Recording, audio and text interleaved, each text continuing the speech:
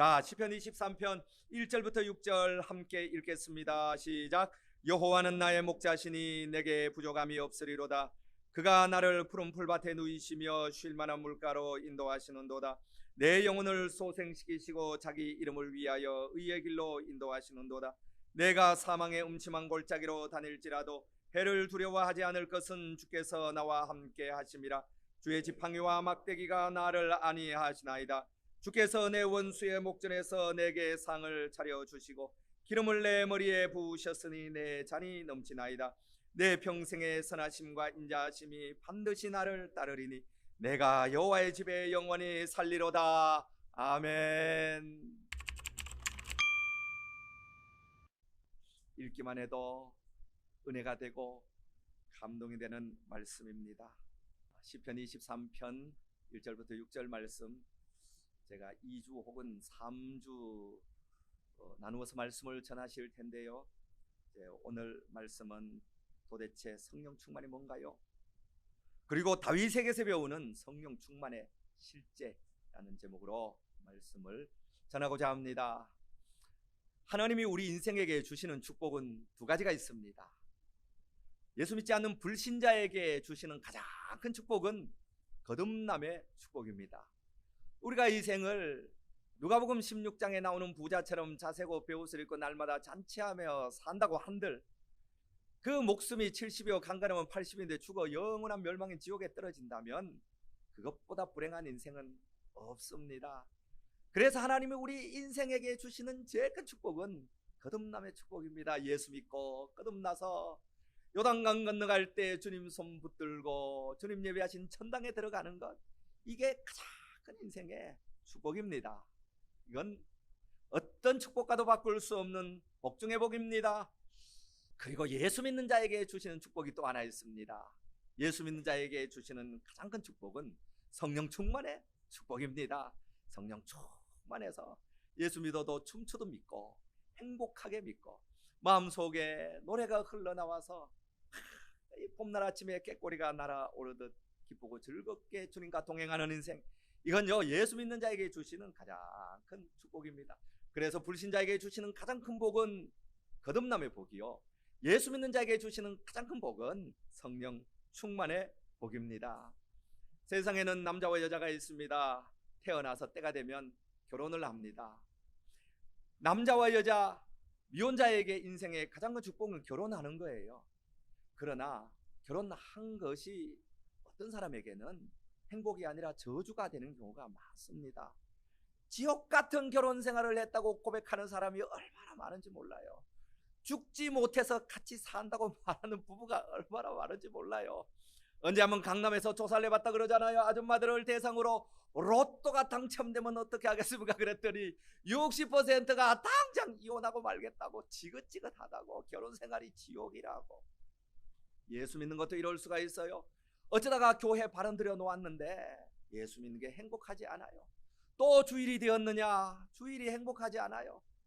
헌금 이야기하면 막 속이 막 뒤틀리고 견딜 수 없습니다. 제가 11조 내는 사람 모두 다 장로로 다 임명합니다. 그랬더니 니도 돈을 밝히는 목사구나, 11조 거두는 도둑놈아, 미치는 거예요. 교회는 다니지만 이 심령이요, 예수 믿는 게 하나도 행복하지 않아요. 심령이 불행해요. 조그마한 불편한 말만 들리면 속이 뒤틀려서 미치는 겁니다. 여러분, 그런 댓글을 쓰는 사람이 안 믿는 사람이 아니에요. 예수 믿는 사람이에요. 예수를 믿는데 믿는 게 행복하지 않아요. 여러분, 결혼도 만나서 같이 사는 게 아니라 행복하게 살아야 그 남은 인생이 복받은 인생이듯이요. 예수도 교회만 다닌다는 것이 아니라 예수 믿고 행복해야, 성령 충만해야 그것이 복받은 인생이 되는 것입니다. 오늘 본문에 보면요, 다윗의 기가 막힌 고백이 하나 나옵니다. 1절 보시면 여호와는 나의 목자시니 내게 부족함이 없으리로다. 할렐루야. 부족함이 없으리로다. 제가 영어 한번 본문을 찾아봤거든요. I will not be in need. need가 필요한 거잖아요. 더 필요한 것이 없을 것입니다. 그런데 그 해석은 그렇게 해놨어요. 이 need라는 건요, 경제적이거나 물질적인 어려움, 욕망, 이런 것들을 통칭하는 것이라고 해서, 그러니까 다윗은 이렇게 고백하는 것입니다. 여호와는 나의 목자시니 이 세상 걱정 필요 아무런 고민이 없습니다. 갈등이 없습니다. 이 고백을 하는 거예요. 그리고 제가 좀 여러 한번 번역본을 찾아봤습니다. 군 뉴스 번역이라는 게 있어요. 군 뉴스 번역에 개정판본에는 이걸 이렇게 번역했어요. I want nothing 이라고 번역했어요. 나는 아무것도 원하지 않습니다. 기가 막히잖아요. 여러분 부인 여러분, 복전자 부인 여러분, 남편하고 결혼할 때 남편이 너무 좋아서 나는 당신만 있으면 돼요. 당신과 함께라면 초가삼간 살아도 좋아요. 그러다가 어느 날 마음이 변했잖아요. 저거 언제 저거 눈앞에서 사라지냐. 요구가 많아지잖아요. 요구가 많아지는 건 남편에 대한 사랑이 식었다는 거. 그렇게 딱 알면 되는 거예요. 남편 자체로 행복해야 되는데 남편 꼴도 보기 싫어요. 남편이 가져다 올 수 있는 여러 요구들이 많아요. 그러면 그 사랑이 식은 거예요. 다윗은 말합니다. I want nothing. 아무것도 원하는 것이 없습니다. 그리고 뉴 컨트리 버전 이 번역을 제가 한번 봤더니요. I have everything I need. 내가 필요한 모든 것을 가지고 있습니다. 이렇게 이 번역을 해놨어요. 나는 부족함이 없으리로다. 이것을 나는 내가 원하는 모든 것을 가지고 있습니다. 이렇게 고백하는 거예요. 이게 충만이에요. 여러분 행복이 뭔지 아세요? 행복은요, 나 요 순간에 꽥 하고 죽어도 후회가 없다. 그게 행복. 그만큼 충만한 거. 나 당신과 함께라면 손잡고 죽어도 좋다. 제 아내가 저하고 만날 같이 말하거든요. 여보 꼭 같이 죽읍시다. 난 같이 죽기 싫은데 꼭 같이 죽을. 같이 어떻게 죽냐? 당신 죽을 때 내가 옆에서 약 먹고 꼴까닥 같이 죽을게. 내가 죽을 때 당신도 약 먹고 꼴까닥 죽으세요. 그러면 청산가리 미리 준비해 놔야겠다.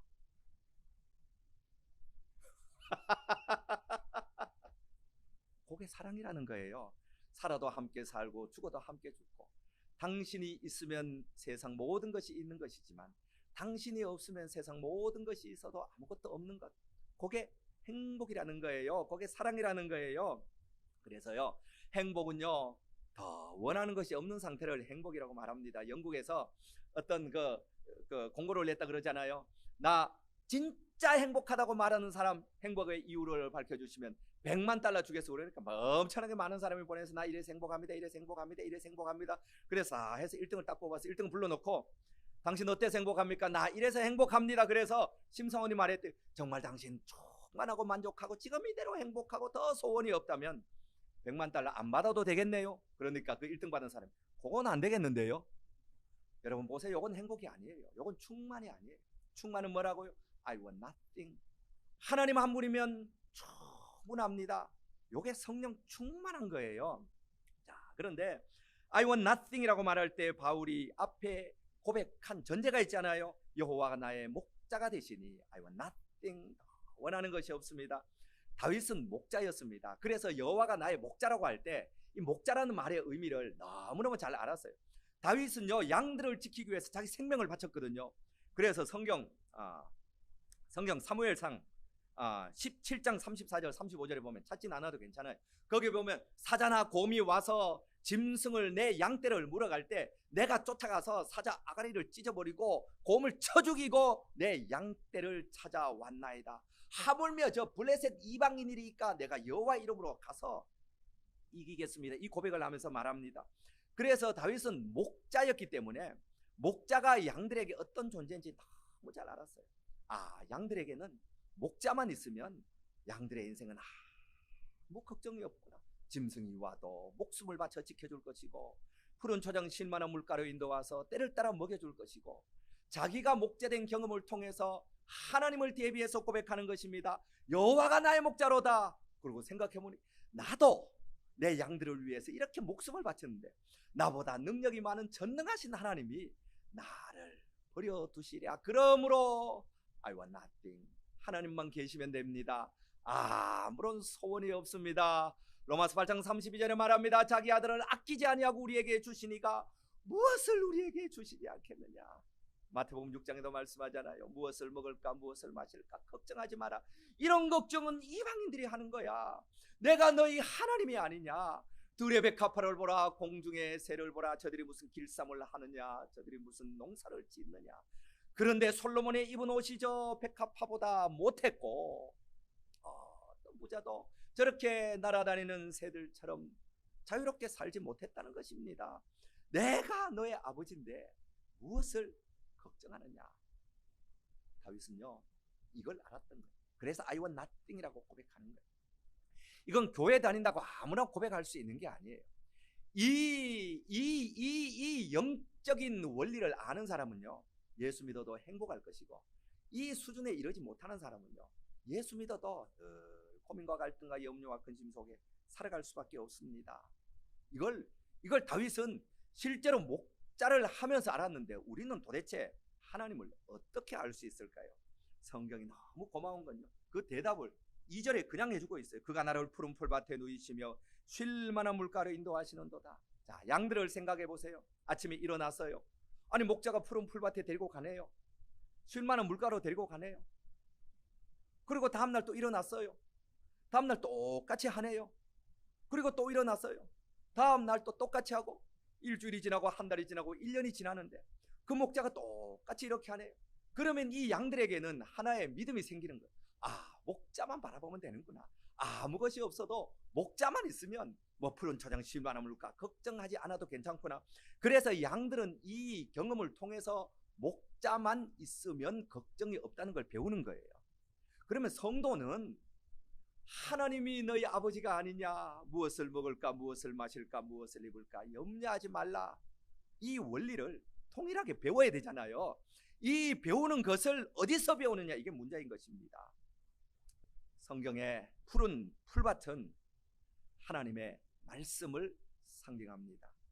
쉴 만한 물가는 성령의 은혜를 상징합니다. 우리가 하나님을 배우는 유일한 길은요 말씀과 성령을 통해 배우는 거예요. 이건 책을 읽는다고 배워지지 않습니다. 생각하고 사고한다고 찾을 수 있는 게 아니에요. 이건 내 노력과 행위로 알 수 있는 게 아니에요. 풀을 먹으려면 풀밭에 가야 풀을 먹잖아요. 하나님을 알려면 말씀 속으로 들어가야 알 수 있어요. 물을 마시려면 물가로 가야 마시잖아요. 하나님을 알려면 성령의 가르침이 있어야 알 수 있는 것입니다. 그래서 성도는요 하나님의 말씀에 창념하는 사람입니다. 여러분 한번 따라합시다. 성도는 말씀에 창념하는 사람이다. 우리 복전자 성도님들 한번 댓글로 한번 써보세요. 성도는 말씀에 창념하는 사람이다. 여러분 성도는요 항상 말씀에 창념하는 사람이에요. 성도의 모든 지식과 모든 은혜와 모든 평강과 모든 기도 응답과 축복은요 하나님 말씀에서 솟아나는 것입니다. 그래서 여러분 성령 충만에 이르려면 첫째로 해야 되는 게 뭐냐면 하나님의 말씀, 성경을 사랑해야 돼요. 이걸 덮어두고는요 예수를 잘 믿을 방법이 없습니다. 저는 한국교회 망조 중에 하나가 목사들이 성경을 안 읽는 거라고 생각해요. 어떤 목사님이 통계를 냈다 그러잖아요. 한 30년 전에, 그것도 30년 전 1년에 성경 1독하는 목사님 몇 명 됩니까 그랬더니요 40%밖에 안 나왔대요. 30년 전에. 그때 우리가 얼마나 열심히 했습니까? 저는 요새 아주 화가 납니다. 1년에 성경 1독도 안 하는 목사 80% 넘을 거예요. 전 놀라서 기침을 하는 거예요. 놀랍지요? 그런데 진짜예요. 1년에 성경 1독도 안 하는 성도가 참 목사가 좀 80% 넘을 거예요. 성도는 말할 것도 없습니다. 제가 보기 성도는 90%도 넘어요. 여기도 제가 복전자 성도님 1년에 성경 읽은 사람 손 들어보세요. 그러면 한 500명 예배 드리지만 한 50명이나 들을까요? 그래서 우리가 하나님에 대한 지식이 빈약한 거예요. 그래서 우리가 하나님이 누군지 알지 못하는 거예요. 하나님을 알지 못하니 누굴 의지해요? 알지 못하는 사람을 의지할 수 없잖아요. 내가 나를 잘 안다고 생각하니까 자기를 의지하는 거예요. 그래서 내 인생이 늘 염려와 걱정과 고민과 갈등이 가득한 인생을 살아가게 되는 것입니다. 성도 여러분 권면합니다. 하나님의 말씀을 읽으세요. 매일 읽으세요. 부지런히 읽으세요. 사랑함으로 읽으세요. 그리고 말씀만 읽는 것이 아니라 양들이 가서 푸른 초장을 다니며 풀을 먹고 생수를 마시듯이요 기도해야 돼요. 기도하면서 말씀을 읽어야 돼요. 기도할 때 성령님이 우리 가운데 임하거든요. 기도할 때 성령의 생수가 임하는 것이거든요. 말씀을 읽는 것은 여러분 마음에 생명의 씨를 심는 거예요. 말씀을 아무리 열심히 읽어도 기도하지 않으면요, 마른 땅처럼 씨가 말라 죽어버립니다. 씨를 심었으면 물을 줘야 하듯이 반드시 말씀을 읽었으면 말씀을 읽은 것만큼 주님께 묵상하며 기도를 해야 돼요. 소리 내어서 기도를 하든 묵상으로 기도를 하든 간절한 마음으로 말씀이 여러분 속에서 싹을 피우듯 기도를 해야 돼요. 기도를 하면 성령의 단비가 내리는 것입니다. 저도 오늘 또 새벽 2시에 일어나서 기도하는데 밖에 비가 처적처적 내리더라고요. 그 밖에 어째 에어컨 실외기가 있거든요. 실내기가 바로 거기 창 바로 밖에 있으니까 따닥따닥 소리가 나는 것입니다. 제가 엎드려서 주여, 제게도 성령의 단비를 내려 주옵소서. 성령의 단비를 내려 주옵소서. 주여, 성령의 단비를 내려 주옵소서. 그럼요, 기도해야 돼요. 성령의 단비를 내려야 말씀이 우리 속에서 싹을 틔울 수가 있게 되는 것입니다. 여러분에게 권면드립니다. 해로운 것은 읽지 마세요. 듣지 마세요. 보지 마세요. 여러분 마음속에 의심을 자아내는 것, 불신을 자아내는 것은 가까이 하지 마시기를 원합니다. 우리가 푸른 초장 쉴만한 물가에서 하나님을 아는 지식을 배우는 거예요. 성경을 떠나서는요, 믿음이 자라지 않습니다. 저도 기도 많이 했거든요. 정말 하나님께 능력 달라고 기도 많이 했거든요. 그런데 어느 날 문득 깨달았어요. 저는 눈만 뜨면 기도해서 하루에 막 5시간, 7시간씩.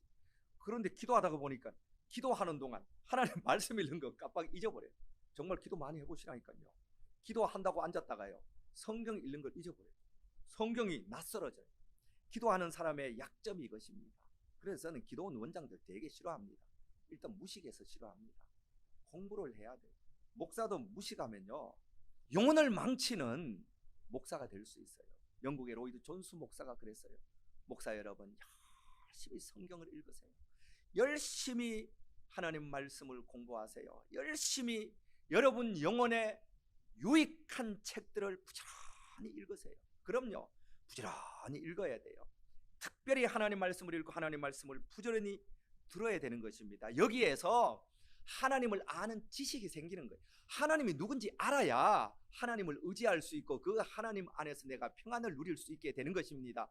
호세아서 4장 6절에 말씀하잖아요. 내 백성이 지식이 없으므로 망하는도다. 우리는요, 너무 은혜 이러다가 지식을 망각해버린 거. 너무 목사들이 기도 그러다가 성경을 망각해버린 것입니다. 하나님은 우리를 말씀의 푸른 초장에서 하나님을 아는 지식을 가르쳐 주시고, 우리가 이 말씀을 앞에 두고 기도할 때 성령의 단비를 내려서 깊은 영적인 충만함에 이르도록 해 주시는 것입니다. 여러분, 이 하나님 말씀의 특별한 점은요, 이 하나님의 말씀은 책상머리에서 기록된 것이 아니라는 것입니다. 이 하나님의 말씀은 전부 현장에서 기록되었어요.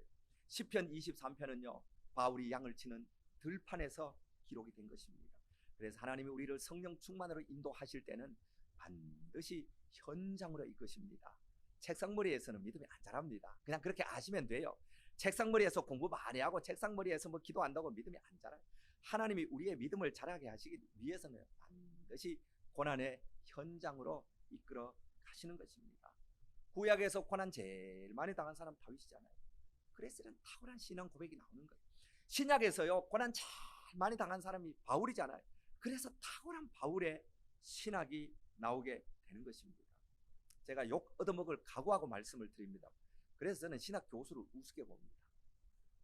앉아서 외국 가서 박사학위 따와가지고 학교에서 애들에게 공부만 가르치는 신학 교수들 저는 웃기게 봅니다. 이번 설교 롱폼이 올라갔더니 어떤 사람이 댓글을 달았는데 1시간짜리 댓글을 달았다고. 얼마나 길게 막 이건 원어가 어떻고 순서적으로 어떻고. 내가 참 밥 먹고 할 일 없다 이놈아. 네가 그렇게 잘하면 네가 유튜브 만들어가지고 네 은혜를 네가 전해라. 왜 남에게 와가지고 그거 쓰는데 제가 좋게 보기 1시간도 더 걸렸을 것 같아요. 얼마나 길게 써놨는지. 그런 게 한 2-3개 있거든요. 저는 읽지도 않아서 앞에만 읽다가 할 일 되게 없구나. 여러분, 전부 우리가 이 오류에 빠지는 거예요. 전부 지식의 장난, 전부 말장난, 글장난에 빠지는 거예요. 그래서 신학교에서 가르칠 때는요, 사실 교수들 발만하고 현장에 있는 목사들을 집어넣어서 가르쳐야 돼요. 현장의 이야기를 가르쳐야 돼요. 우리 제 둘째 딸 한나가 잘 하는 말이, 제가 뭔 말이에요? 아빠가 뭘 알아? 제가 뭐 요새 이야기 모르거든. 요새 연예인 이야기 세태를 잘 모르니까 요새 이야기 제가 한마디 하면 아빠가 뭘 알아? 모른다. 왜? 여러분 신학교 가서 성경, 그 사람들 성경 안 읽어요. 학문을 해. 학문. 어떤 학자가 어떤 이론을 발표했더라. 학문만 배운다고. 학문만 배워가지고 학문을 가르치는 거예요. 아니 성도들에게는 이 말씀을 가르쳐야 되는데 거기에서 애들이 학문만 배우고 와.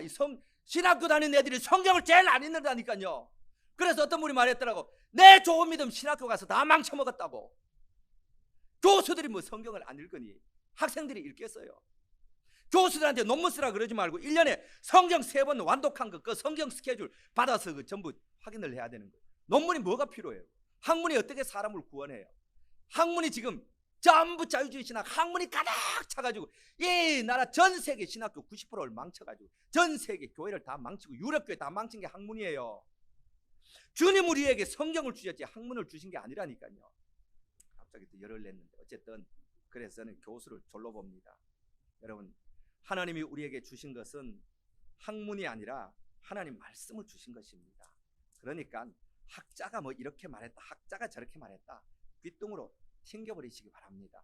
하나님은 우리의 믿음을 성장시킬 때는요 책상머리로 인도하는 것이 아니라 현장으로 인도하는 것입니다. 다윗은 현장에서 하나님을 배우고 현장에서 이 신앙 고백을 하는 거예요.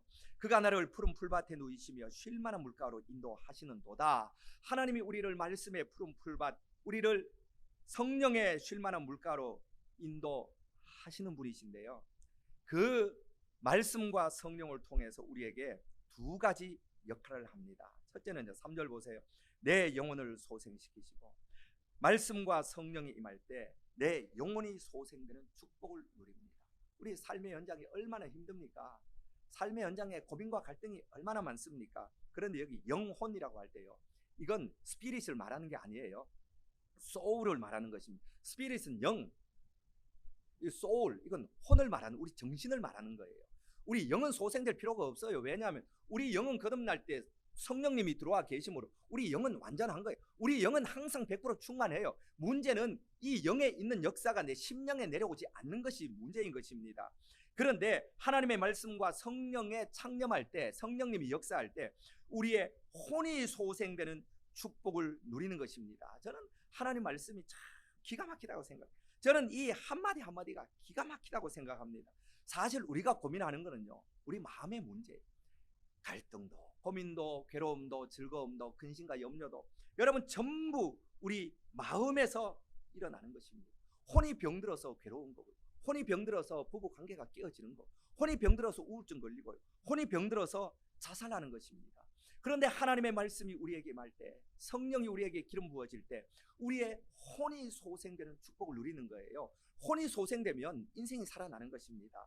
혼이 소생되면요 어떤 어려움에서도 일어날 수 있는 능력을 얻게 되는 거예요.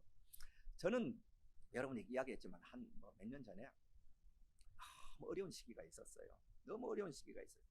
절체절명의 어려운 시기가 있고 벼랑 끝에 서 있는 것 같은 앞도 보이지 않고 뒤도 보이지 않고 뭐 개인적인 사정은 이야기할 수 없습니다만 너무너무 어려운 시절 뭐 앞으로도 못 가고 뒤로도 못 가고 그냥 양쪽에서 그 프레스기로 눌러서 사람을 압사시킬 것 같은 그런 위기를 당한 적이 있습니다.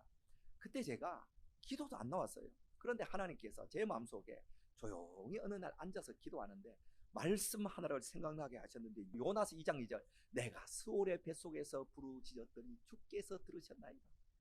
이 요나는 뱃속에 있거든요. 있으면서 주께서 들으셨나이다 이 고백을 한 거예요. 제가요 주님 앞에 소리도 내지 않고 속으로 하나님 내가 스올의 뱃속에서 요나처럼 부르짖으니 주께서 들으셨음을 감사합니다. 그리고 시편 50편 23절에 감사로 제사를 드리는 자가 나를 영화롭게 하나니 그 행위를 옳게 하는 자에게 나의 구원을 보이리라. 여러분 이걸 잘 이해하셔야 돼요. 감사로 제사를 드리는 자가 하나님을 영화롭게 할 뿐만 아니라 감사로 제사를 드리는 것이 감사로 제사를 드리는 것이 하나님께 우리가 옳게 보이는 행동이라는 거예요. 우리가 뭔 윤리를 행하고 우리가 뭔 도덕을 행하는 것이 아니라 위기와 절망과 그 벼랑 끝에서 하나님 감사합니다. 하나님 감사의 기도를 드리는 이 자체가 우리의 행위를 하나님께 옳게 보이는 행위라는 거예요. 내가 구원을 보이리라. 제가 이 고백을요 1시간 동안 의자에 가만히 앉아서 깊이 묵상하면서 스올의 뱃속에서 나의 부르짖음을 들으셨도다 감사합니다. 제가 감사로 제사를 드리니 하나님 영광 받아주시고 나를 구원해 주심을 감사합니다. 제가 이 두 가지 고백만 1시간을 한 것 같아요. 그런데 한 시간 좀 지났을 때 놀라운 일이 일어났어요. 위로부터 이 능력이 임하는데, 기쁨이 임하는데, 이건 영적인 체험인데 굉장히 실제적인 기쁨이 임하는데요, 제 마음에 얼마나 큰 기쁨 한쪽과 확신 한쪽이 동일하게 임하는데, 제가 일어나서 1시간 동안 춤을 추면서 찬양을 했어요. 일어나서 1시간 동안 춤을 추면서 찬양했어요. 그런데 신기한 건 뭐냐면, 물과 기름처럼 물이 밑에 있고 기름이 위에 있잖아요. 위에는 영이 임해서 막 제가 춤을 추면서 찬양을 하는데요, 물이 밑바닥에 있는 것처럼 마음에 두려움과 근심과 걱정이 그냥 있더라고요. 그래서 제가 잘 압니다. 어마어마한 두려움과 걱정 가운데 주님이 은혜를 주셔도 밑바닥에 두려움과 걱정은 그대로 있구나.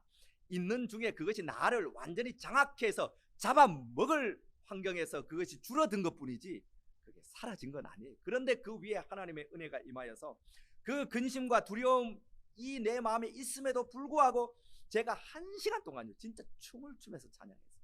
그리고 시간은 좀 걸렸지만요, 정말 이 말씀의 고백대로, 기도대로 하나님이 깨끗하게 해도 없이 흠도 없이 다 해결해 주신 것을 제가 여러분에게 간증을 하는 거예요. 그래서 제가 여러분에게 분명히 확신을 가지고 말씀을 드릴 수 있어요. 여러분이 하나님 말씀에 창념하고 성령께서 마음에 주시는 말씀을 받고 그 말씀으로 기도하면요, 하나님은 반드시 응답하신다.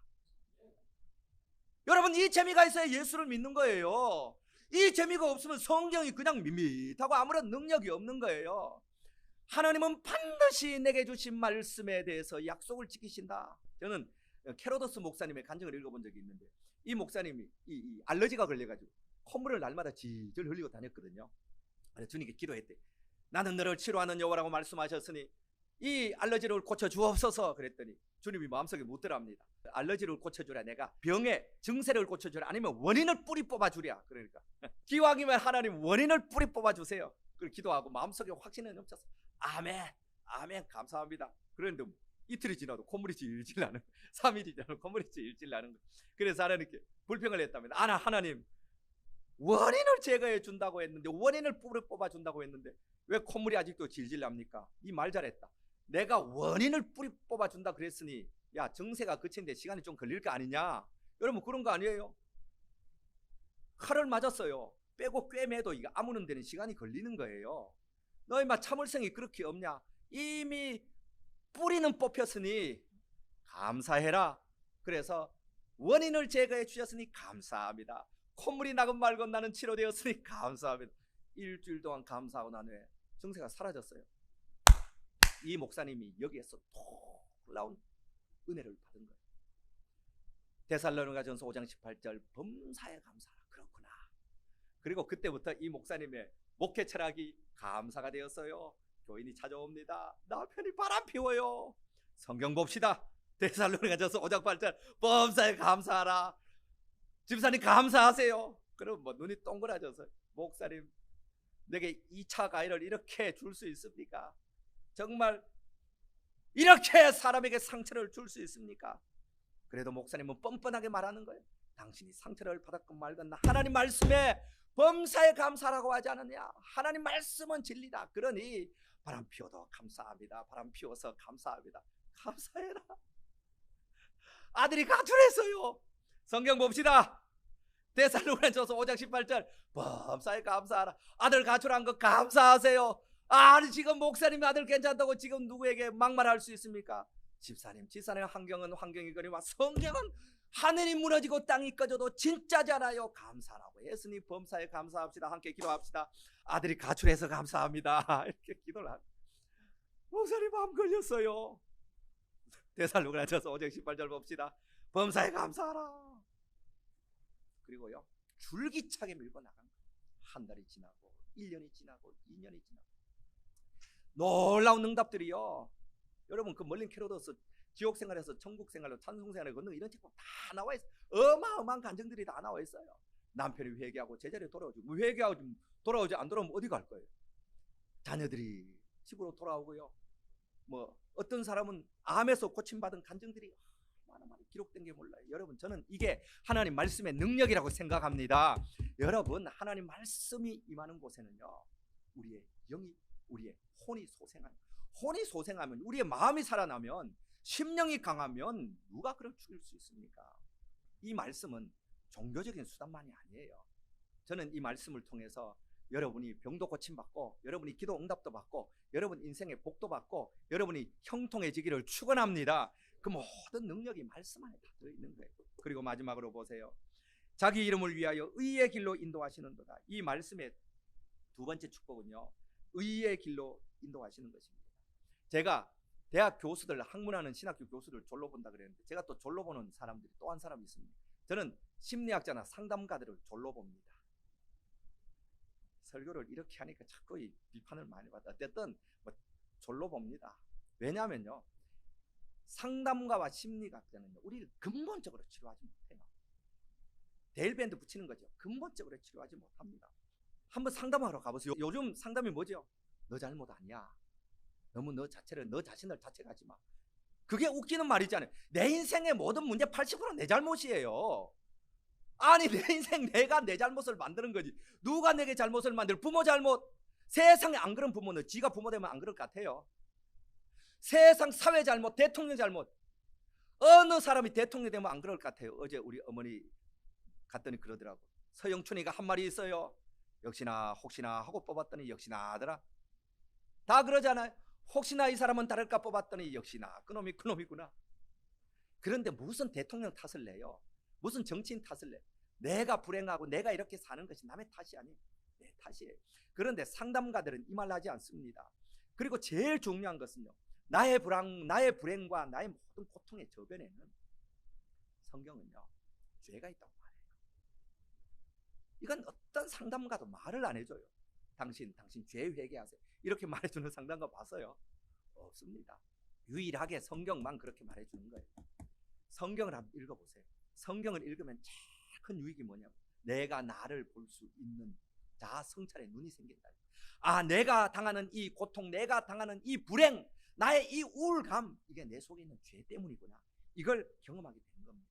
상담가가 당신 회개하세요 이런 거 들어본 적 있어요? 그건 죄를 처리해야만 해결되는 문제예요. 아무리 다른 말로 회유하고 뭐 패패 꼬고 지렁이 뱀처럼 꽈서 말한다고 해결이 되지 않습니다. 제가 지난주에 여러분에게 간증을 했습니다. 교회도 싫고 가정도 싫고 사는 것도 싫고 낮에도 일 다니고 밤에도 일 다니고 에라 뭐 되는 대로 인생을 살아보자. 그러면 뭐가 생겨요? 죄가 생겨요. 죄가 생기면요, 자기 환멸감이 생겨요. 자기 환멸감이 생기면요, 그 다음에 딱 따라오는 게 있어요. 죽고 싶다. 반드시 요 생각이 따라옵니다. 제가 제 아내하고 정신과 치료를 6개월 받았거든요. 정신과 다니면요, 그 정신과 의사가 서울대 출신의 정신의학 박사인데 몇 번 가보니까 맨날 다람쥐 쳇바퀴 도는 거예요. 아, 그래요? 아, 그렇습니까? 들어주기만 해. 아, 그래요? 그래서 제가 속고, 그래서 뭘 좀 해달라고. 해주는 게 없어요. 갈 때 약 지어줘요. 여러분 지어줄 테니 잘 먹고 오세요. 좀 어땠나요? 이야기하면, 아, 그래요? 아, 그렇군요. 아, 네. 그리고 또 약 지어줘. 제가 속으로, 돈을 받아서 뭘 해결을 해달라고. 상담가가 딱 요렇게 하는 거예요. 해결이 안 돼요. 우울감이 해결이 안 돼요. 자기 자책감, 자기 절망감, 여러분 자기 혐오감, 이게 다 죄를 통해 들어오는 거예요. 관계가 깨어지는 건 다 죄를 통해 들어오는 거예요. 그래서 죽고 싶은 생각이 드는 거예요. 그럴 때 주님이 저를 기도하게 하셨고, 주님이 저를 찾아오셨고, 하나님 말씀을 통해서 제 속에 있는 깊은 죄들을 드러내기 시작한 거예요. 그러나 언젠가 주님을 보이나며 원망하고 있을 때에 나에게 오셔서 사랑의 손길로 어루만지셨네. 거절할 수 없어, 외면할 수 없어, 주님의 두 손을 잡았었네. 주님의 사랑에 뜨거운 눈물을 흘리고야 말았다오. 이건요, 주님의 피 묻은 손이 아니고는 안 되는 거예요. 그리고 회개를 시키는데 지난주에 말씀하신 심령이 찢어지는, 영혼이 찢어지는 거죠. 그렇게 괴롭고 몸부림치고 제 영과 혼이 찢어지는 것처럼 육체가 찢어지는 것 같은 그런 통곡 속에서 회개를 하고 나서요, 인생이 완전히 새로워진 거예요. 왜요? 그때부터 죄를 버렸거든요. 그때부터 깨끗하게 보라 새 것이 되었다. 완전히 새롭게 되었어요. 그러고 나니 병원 6개월 다니고 약이 해결하지 못하는 게 다 해결되는 세상이 밝아 보여요. 내가 나를 비하하던 마음이 사라져요. 죄책이 사라져요. 우울감이 사라져요. 그 이후로 죽고 싶다는 생각이 사라져요. 여러분 그런 것 좀 뭐 가을 되면 시몬 너는 아느냐 낙엽 밟는 소리 뭐 이딴 데 가지고 뭐 감상적, 그게 전부 사탄이 하는 거예요. 그게 무슨 낙엽 밟는 소리 같은 소리 하는 거예요. 자녀들과 관계가 회복되고요, 아내와 관계가 회복되고 새로운 인생이 된 거예요. 이건요 하나님 말씀 아니면 못 줍니다. 누가 이런 인생을 해결해요? 누가 이런 마음을 치료해요? 하나님 말씀만이, 말씀의 거울만이 우리를 예수님 십자가 앞으로 인도하고 예수님의 피로 우리를 고쳐 주시는 것입니다. 이게 말씀과 성령이 우리에게 주시는 거예요. 보세요, 하나님의 말씀과 성령이 우리의 혼을 소생시켜주고 그래서 죄가 없는 의의 길로 가게 하는 거예요. 제가 분명하게 말씀을 드립니다. 여러분 죄의 길에는 기쁨이 없습니다. 죄의 길에는 행복이 없어요. 죄의 길에는 내가 아무리 노력해도요 분명히 함정이 있습니다. 빠집니다. 왜 실패해요? 왜 좌절해요? 왜 노력하는데도 일이 안 풀려요? 왜 가다가 자꾸 꺾이고 관계가 깨어져요? 죄가 있기 때문에 그렇다니까요. 우리는 그걸 안 보려고 계속해서 눈을 감고 아니야 원인을 딴 데서 찾지만요, 그 근본적인 데 들어가면 그 원인은 죄에 있는 거예요. 그 죄는 목사도 못 보여주고 상담가도 못 보여줘요. 그 죄는 하나님 말씀만이 보여줄 수 있어요. 하나님 말씀을 앞에 두고 성령님 말씀을 가르쳐 주옵소서. 기도할 때 하나님 말씀이 어느 날 살아서 툭 튀어나와서 내 마음속에 비수처럼 찌르는 것입니다. 성령님이 회개케 하시고 회개로 말미암아 죄를 버리는 거예요. 회개하는 거예요. 정말 회개는 뭐라고요? 하나님께 회개하고 내가 잘못한 사람은 같아 진심으로 용서를 빌고 그리고 보상할 수 있으면 최대한 보상을 하고, 저도 다 그렇게 했어요. 그렇게 나서요 지옥이 천국으로 변하는 겁니다. 하나님이 이런 분이시구나. 그리고 비로소 고백하는 게 여호와는 나의 목자시니 내가 부족함이 없으리로다. 하나님 한 분이면 됩니다. 하나님 한 분이면 됩니다. I want nothing. 이렇게 고백하게 되는 거예요. 기쁨이 충만하고 행복한 인생이 시작되는 것입니다. 여러분 행복하세요. 성령 충만한 곳 행복입니다. 그리고 이 행복은 어디서 온다고요? 죄를 버린 깨끗한 심령과 깨끗한 인생에서